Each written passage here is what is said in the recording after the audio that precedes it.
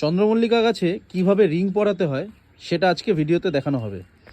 আর ring পরানোর ক্ষেত্রে মামা কি কি সুবিধা হবে, মানে এই গাছের মধ্যে রিং পরালে কি কি সুবিধা হয়?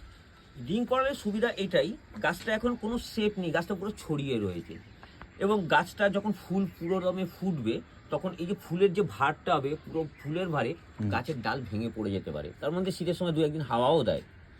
তাহলে রিংটা পরিয়ে দিলে যেমন ওই হাওয়ায় ডালও ভাঙবে না বা ফুলের ভারে রিংটা পরিয়ে দাও ফুলের ভারে, তাহলে গাছটাও নিচু হবে না। আমরা একটা গ্যালভানাইজ তার এরকম নিয়ে নিলাম, নিয়ে দুটো মাথা আমরা এইভাবে মুড়ে নিচ্ছি।